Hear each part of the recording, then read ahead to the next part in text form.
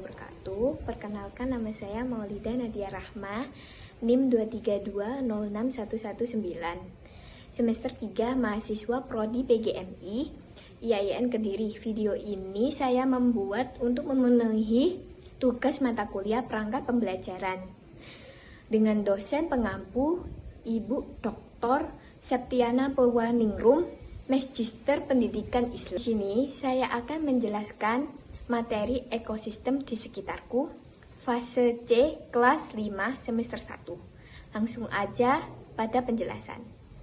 Berikut tujuan pembelajaran. 1. Peserta didik mampu menjelaskan tentang ekosistem setelah dijelaskan oleh gurunya. 2. Melalui tanya jawab, peserta didik mampu menjelaskan tentang materi ekosistem. 3. Dari penjelasan guru tersebut, peserta didik mampu menceritakan tentang ekosistem. 4. Peserta didik mampu merangkum tentang materi ekosistem. Pengertian ekosistem. Ekosistem adalah interaksi antara makhluk hidup dan benda-benda tak hidup pada sebuah lingkungan. Kemudian di sini ada beberapa pengertian ekosistem menurut ahli Lo. 1. Menurut Sir Arthur Gordon Tansley, ekosistem adalah suatu unit ekologi yang di dalamnya terdapat struktur dan fungsi.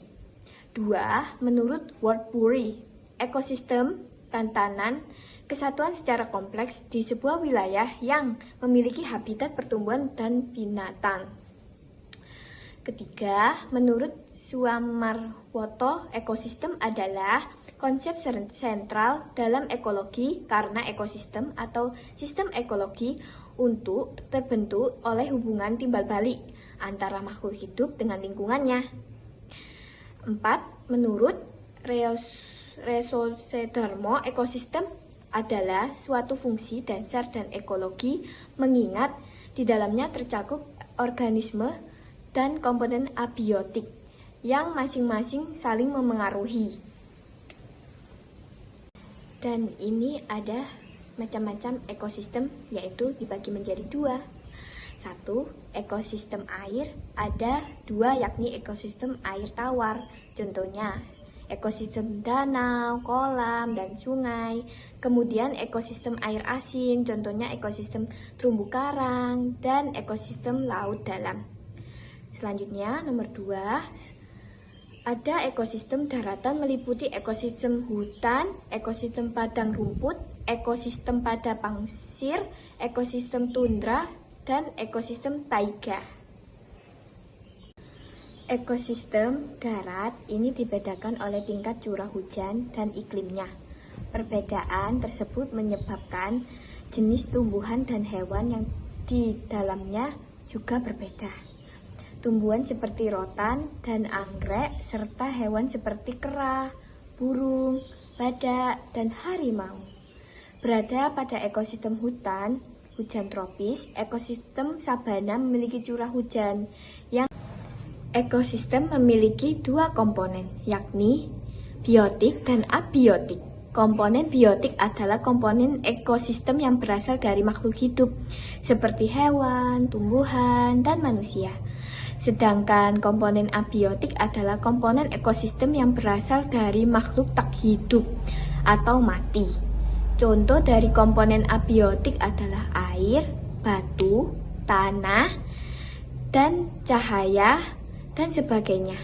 Komponen biotik ini terdiri dari beberapa macam, yaitu 1. Produsen, yaitu makhluk hidup yang memiliki kemampuan untuk memproduksi makanan sendiri melalui proses fotosintesis, di antaranya tumbuhan hijau, tumbuhan lainnya yang memiliki klorofil. 2. Komponen atau heterotrof, yaitu konsumen. Langsung 2, nggak di 2 konsumen. 2. Konsumen heterotrof, yaitu heterotrof. Nggak usah dibaca deh. Mending langsung konsumen. 2. Konsumen, yaitu makhluk hidup yang memakan berbagai bahan organik yang dihasilkan makhluk hidup lainnya yang termasuk dalam konsumsi. 3. Yaitu pengurai, yaitu makhluk hidup yang memiliki peran sebagai pengurai berbagai bahan organis yang berasal dari organisme lainnya. yang telah mati seperti bakteri dan cacing. 4. Penghancur, yaitu makhluk hidup mampu menghancurkan bahan-bahan organik yang berasal dari sisa-sisa organisme lainnya yang telah mati. Semua makhluk hidup memerlukan lingkungan tertentu untuk memenuhi kebutuhan. Lingkungan adalah sesuatu yang berasal dari di sekitar makhluk hidup. Sebuah lingkungan terdiri atas sebagai hidup atau biotik dan bagian tak hidup atau abiotik. Bagian yang hidup di sebuah lingkungan terdiri atas tumbuhan, hewan, dan makhluk hidup lainnya. Bagian lingkungan yang tak hidup terdiri atas cahaya matahari, air, udara, dan tanah. Cahaya matahari terdapat menghangatkan udara, air, dan tanah agar mencapai suhu sebagai kebutuhan hidup makhluk hidup.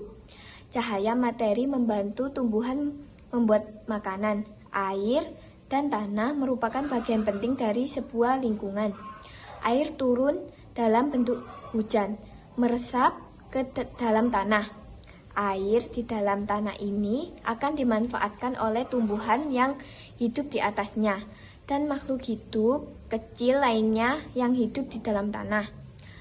Bagian hidup dan tak hidup sebuah lingkungan saling berinteraksi dan saling bergantung satu sama lain membentuk sebuah ekosistem. Jadi, ekosistem adalah interaksi antara makhluk hidup dan benda-benda tak hidup di sebuah lingkungan. Ekosistem tersusun atas individu, populasi, dan komunitas. Individu adalah makhluk hidup tunggal, misalnya seekor kambing atau sebuah pohon tempat individu tinggal di habitat. Populasi adalah kumpulan individu sejenis menempati suatu daerah tertentu. Contoh, di sebuah kolam terdapat populasi ikan. Komunitas adalah populasi makhluk hidup di sebuah daerah tertentu. Contoh komunitas adalah komunitas sungai dan komunitas padang rumput. Keseimbangan ekosistem. Untuk menjaga agar hidup di bumi tetap stabil butuh dan namanya keseimbangan ekosistem. Keseimbangan ekosistem merupakan suatu keadaan yang harmonis dan seimbang pada interaksi antara komponen-komponen di dalam sebuah ekosistem. Keseimbangan ekosistem bisa berubah menjadi dua faktor, yaitu perubahan ekosistem alami dan perubahan ekosistem karena kegiatan manusia. Faktor alami atau alamiah adalah faktor yang disebabkan tanpa campuran manusia, seperti gempa bumi, kebakaran hutan, karena kekeringan, banjir, dan tanah longsor seperti cuaca dan gunung meletus. Sedangkan faktor kegiatan manusia disebabkan oleh ulah tangan manusia, contohnya pembakaran hutan untuk pemukiman dan perkebunan, penebangan hutan secara liar, pemburuan secara liar, dan pemakaian pupuk yang berlebihan. Pemakaian pupuk ternyata juga berdampak negatif bagi keseimbangan ekosistem. Selain pengguna pupuk berlebih, aktivitas manusia yang juga kadang tidak disadari adalah membuang zat sisa baik pabrik maupun rumah tangga sembarangan. Dalam jaringan makanan terdapat juga faktor menyebabkan keseimbangan ekosistem berubah. Contoh konsumen tingkat 2 lebih baik dapat memengaruhi jumlah populasi konsumen tingkat 1. Perubahan pada ekosistem yang bersifat tiba-tiba dengan dampak kerusakan yang besar mengganggu jaring-jaring makanan dan keseimbangan ekosistem dalam skala yang sangat besar pula. Dan inilah manfaat ekosistem. 1. Menjaga keseimbangan alam. 2. Menjaga keanekaragaman hayati. 3. Menyediakan sumber daya alam. 4. Menjaga siklus air. 5. Menyaring populasi. 6. Menyediakan habitat. 7. Menjadi sumber makan dan obat-obatan.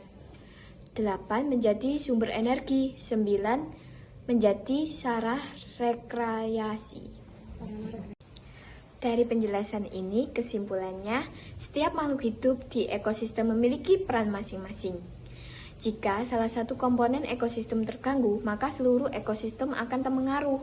Oleh karena itu, kita harus menjaga keseimbangan ekosistem dengan cara tidak merusak lingkungan, seperti tidak membuang sampah sembarangan, menghemat energi, dan menanam pohon. Ekosistem itu rumah kita, tempat tinggal berbagai makhluk hidup. Mari kita jaga bersama agar alam tetap subur. Sekian, apabila ada salah kata, mohon maaf. Saya akhiri pembahasan ini. Wassalamualaikum warahmatullahi wabarakatuh.